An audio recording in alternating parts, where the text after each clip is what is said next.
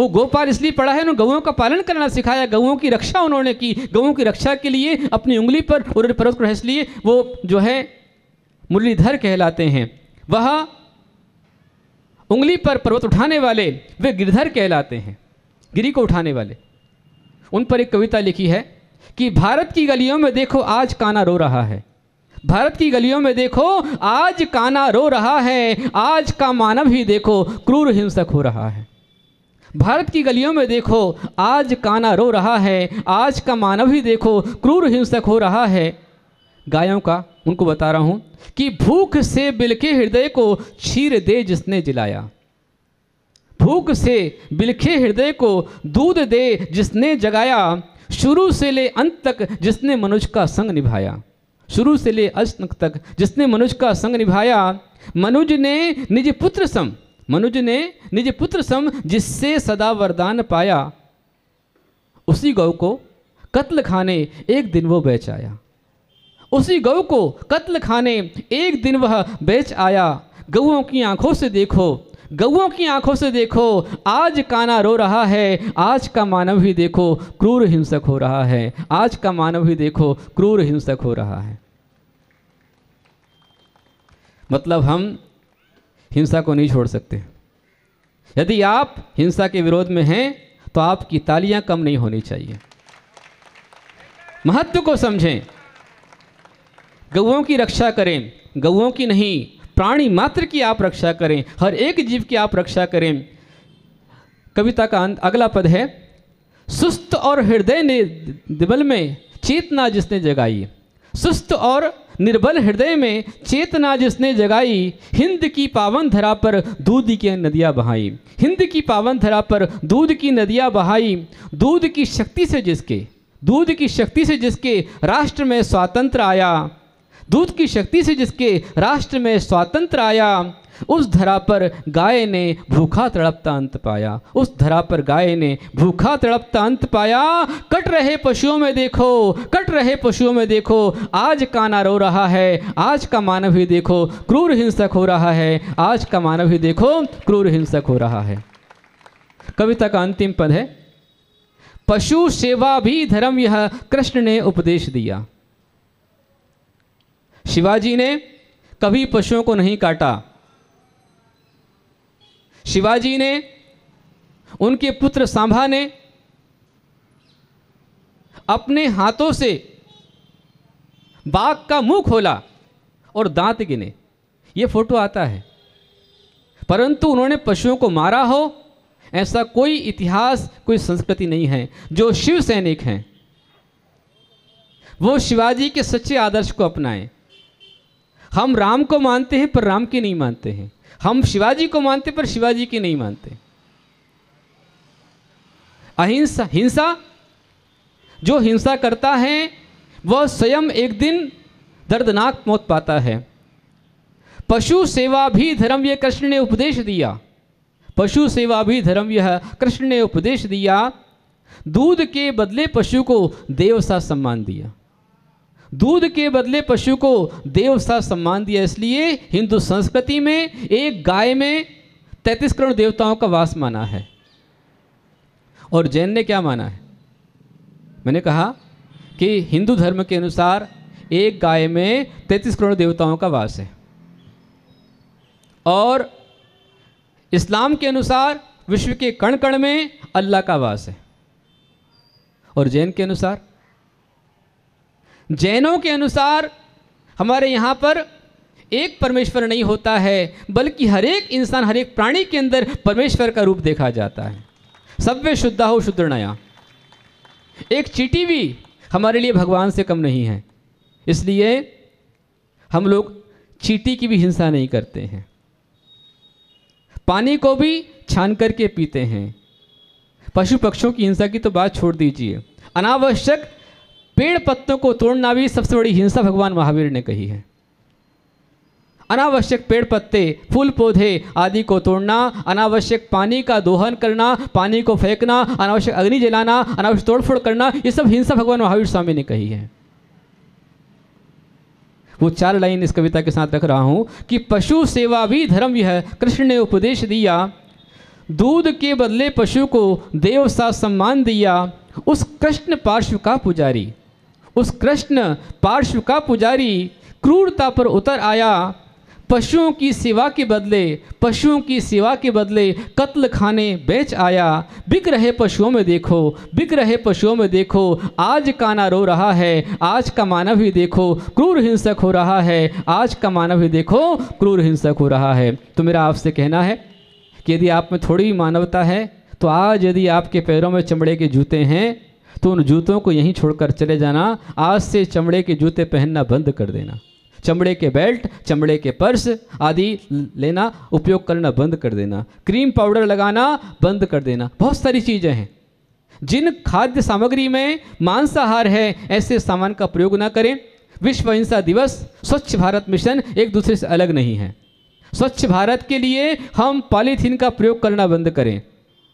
स्वच्छ भारत के लिए अपने घर आसपास में कचरा ना फेंके। बहुत अच्छी बात माता जी ने कही कि जो घर स्वच्छ होते हैं, साफ होते हैं, जहाँ पर रंगोली होती है, जहाँ पर सुंदर सुंदर पुष्प होते हैं, उन घरों में ही लक्ष्मी आती है। और जिन घरों में कचरा होता है वहाँ पर कचरा ही आएगा, उसकी दुर्गंध आएगी, बीमारी आएगी, लक्ष्मी नहीं आएगी। यदि लक्ष्मी को लाना चाहते हैं, आप संपन्न होना चाहते हैं, यदि पूरे भारत से मंदी को दूर करना चाहते हैं तो भारत की गली गली को स्वच्छ कर दें। अपने घर को, अपने आंगन को स्वच्छ रखें, पानी से तन को स्वच्छ रखें, कचरा फेंक करके अपने घर आंगन को स्वच्छ रखें और क्षमा वाणी से अपने मन को स्वच्छ रखें। इस तरह से स्वच्छ भारत को अपनाएं। कुछ 5 बातें आज की मैं आपको देकर जा रहा हूँ। विश्व अहिंसा दिवस, महात्मा गांधी जी का जन्मदिन, लाल बहादुर शास्त्री जी का जन्मदिन, उन्हें हम अपनी ओर से उपहार दें, गिफ्ट देवें। और उपहार यही होगा कि हम आज से शराब, सिगरेट, मांसाहार का त्याग करें, चमड़े के चप्पल और जूतों का त्याग करें, सौंदर्य प्रसाधन सामग्री को हम त्याग कर दें, उसको लेना उपयोग करना हम बंद कर दें। और महात्मा गांधी जी उपवास करते थे और जैन संस्कृति उपवास पर ही चलती है। तो मेरा आपसे कहना है कि सप्ताह में कम से कम एक दिन हम एकाशन करें, 2 बार नहीं, 1 बार भोजन करें। और 1 बार का भोजन यदि बचता है, यदि आज 130 करोड़ के आसपास जनसंख्या हो रही है और यदि यह जनसंख्या में मात्र 1 बार का भोजन भी यदि छोड़ दिया जाए तो कितना भोजन बचेगा। और वह भोजन जो गरीब हैं, अनाथ हैं, असहाय हैं, भूखे हैं, उनको आप देकर आएँ, बहुत बड़ी सेवा आपके द्वारा हो जाएगी। तीसरा पॉइंट आपके लिए है कि अपनी आय का कम से कम 2% धन निकालें, सेव करें और उस धन को अनाथालय में, औषधालय में गरीबों को दान दे करके आएँ। इस तरह से हम ये दिवस मनाएं। तीसरी बात, आखिर आज का अंतिम पॉइंट आपके लिए देना चाहता हूँ मैं, 2 पॉइंट देना चाहता हूँ कि अपने नए नहीं, आपके न्यू ब्रांड कपड़े आपके पास रखें। कम से कम पुराने जो कपड़े तुम्हारे पास पड़े हुए हैं, जो कचरा हो रहे हैं, उन कपड़ों को लेकर के, कोई गरीब है जिसके पास कपड़े नहीं हैं, उनको हम दे करके ऐसी भी दिवाली मना लेवें। कचरा भी तुम्हारा साफ हो जाएगा और उसको पहनने के लिए कुछ कपड़ा हो जाएगा। इस तरह से हम मानवता की सेवा करें। और आज का अंतिम संदेश स्वच्छ भारत के लिए, विश्व अहिंसा दिवस के लिए, आज का अंतिम संदेश आपके लिए है। अभी बहुत जल्दी आगे दशहरा आने वाला है और दशहरे के बाद दिवाली आ रही है और दिवाली पर हम लोग करोड़ों रुपए का फटाका फोड़ करके अपनी लक्ष्मी को अपने हाथों से आग लगाते हैं, भारत को अस्वच्छ करते हैं, गंदा करते हैं, प्रदूषित करते हैं। फटाके फोड़ना ये कोई वीरता नहीं है, ये हिंदुत्व नहीं है, ये कोई दिवाली नहीं है। मेरा आप सबसे आह्वान है कि जितना पैसा आप आतिशबाजी के अंदर लगाते हैं, उस आतिशबाजी में पैसा लगा करके हम अपनी बर्बादी करते हैं और संकल्प हिंसा करते हैं, क्योंकि उस आतिशबाजी पर, फटाकों के ऊपर किसी न किसी का चित्र होता है। कौन सा बम फोड़ रहा हूँ? लक्ष्मी बम फोड़ रहा हूँ। लक्ष्मी बम, गणेश बम, शिव बम, मोदी बम और उनके ऊपर बुश बम, ऐसे नाम लिखे होते हैं, ऐसे चित्र लगे होते हैं और अपने देव देवताओं के चित्र लगा करके ऐसे फटाके हम उनको जब फोड़ते हैं तो एक तरफ तुम लक्ष्मी की हम पूजन करते हैं और बाहर जाकर लक्ष्मी बम फोड़ते हैं तो लक्ष्मी की धज्जी उड़ा करके कहाँ से लक्ष्मी आपके प्राप्त कर पाएंगे। हम अपने हाथों से लक्ष्मी को आग लगा रहे हैं। इसलिए मेरा आप सबसे आह्वान है, आतिशबाजी ना करें। जितना पैसा आतिशबाजी में आप लगाते हैं उतना पैसा आप बचाइए और बचा करके उस आतिशबाजी के पैसे को बचा करके जो गरीब हैं, अनाथ हैं, असहाय हैं, ऐसे लोग को हम मिठाई दे करके आएँ, हम उनके लिए कपड़े दे करके आएँ और जिंदा दिवाली मनाएं। इस प्रकार की दिवाली हमको मनाना है।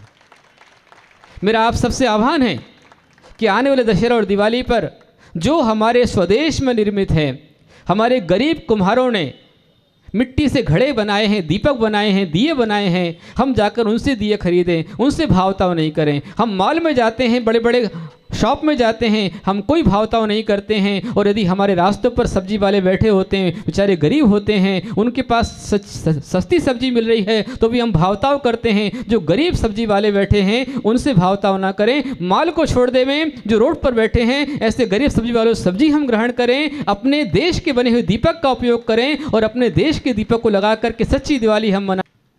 ऐसे बनाओ, अपने हाथ से बनाओ, अपने घर के अंदर वो स्थायी रहें तो एक बार आपकी भक्ति दिखलाई देती है। लेकिन उनको उठा करके फेंक देना, कचरे में डाल देना, ये आपकी भक्ति नहीं है।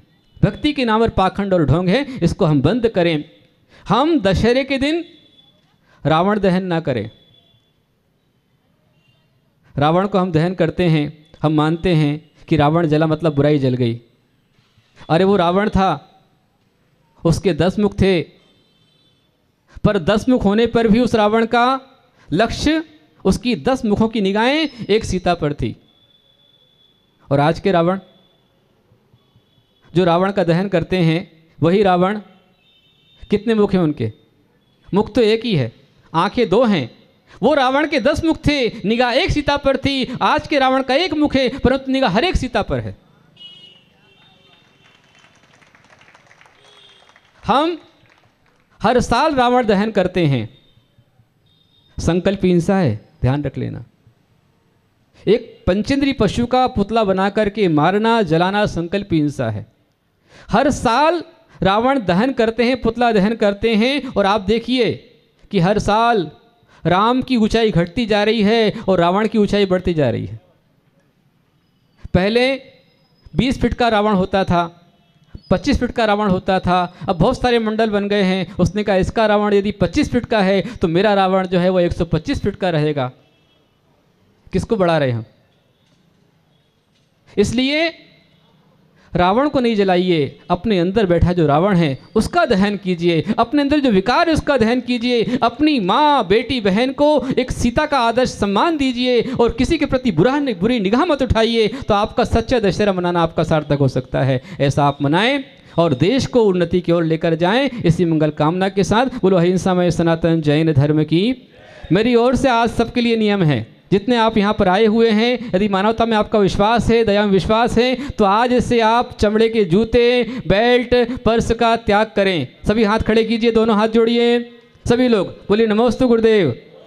हम जीव दया का पालन करने के लिए आज से हमेशा के लिए चमड़े के जूते, सत्तू भी आवाज़ नहीं आ रही है, चमड़े के जूते, बेल्ट, पर्स, चर्बी के साबुन का त्याग करते हैं। जो साबुन चर्बी जिसके अंदर उसका उपयोग ना करें, बहुत सारी आयुर्वेदिक हमारी औषधियाँ साबुन आ रही है, उसका प्रयोग करें, दया का पालन करें। ऐसा मेरा आप सबको आह्वान है। महान भवो, 2 मित्र थे और वह अपने देश से दूसरे देश में, विदेश में व्यापार करने के लिए गए। एक साथ थे, लगभग 12 साल तक उन्होंने विदेश में व्यापार किया, बहुत अच्छा लाभ मुनाफा कमाया। कमाने के पश्चात 12 साल बाद पुनः लौट करके आए। जिस समय आए तब रात हो गई थी। नगर के मुख्य द्वार बंद हो गए। दोनों ने विचार किया, रात का समय है, फिर कल से तो हम अपने घर में, परिवार में रम जाएंगे, इसलिए चलो आज कुछ बेहतरीन करते हैं। एक मित्र ने कहा कि बहुत किया अपन ने साल भर, पूरे 12 साल बहुत मेहनत की, परिश्रम किया, फिर कल से घर परिवार सब कुछ है, क्यों नहीं आज अपन आनंद लेते हैं।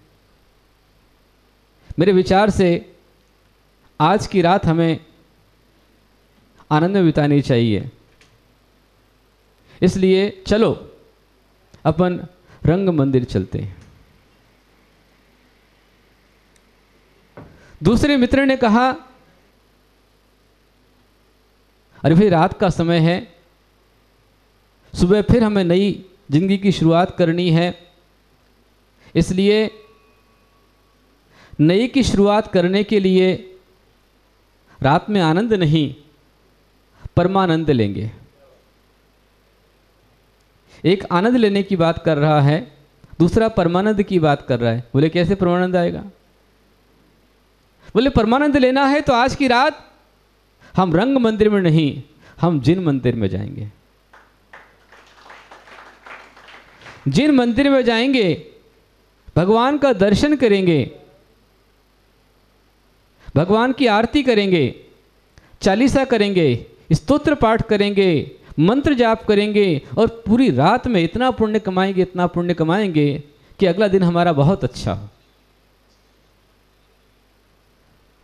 पहले ने कहा, अरे भाई ये तो सब पुराने विचार हैं। उसने कहा क्या बात करते हो भाई, ऐसा नहीं है। दूसरे ने कहा, ध्यान रखना, गुरुओं के वचनों से संसार बदल जाता है। गुरुओं के वचनों से संसार बदल जाता है और जिनवाणी को पढ़कर संस्कार बदल जाता है। गुरुओं के वचनों से संसार बदल जाता है, जिनवाणी को पढ़कर संस्कार बदल जाता है। वे बहिरात्मा होते हैं जो रूप सौंदर्य की सराहना करते हैं। वे बहिरात्मा होते हैं जो रूप सौंदर्य की सराहना करते हैं। मंदिर में भगवान को देखकर हमारा भाव बदल जाता है। दो मित्र हैं पर दोनों के भाव विचित्र हैं। एक रात का आनंद लेने के लिए रंग मंदिर जाना चाहता है और दूसरा रात को परमानंद लेने के लिए जिन मंदिर जाना चाहता है। समझ में आया आपको? रंग मंदिर, जिन मंदिर, नृत्य मंदिर, चित्र मंदिर, ये मंदिर है।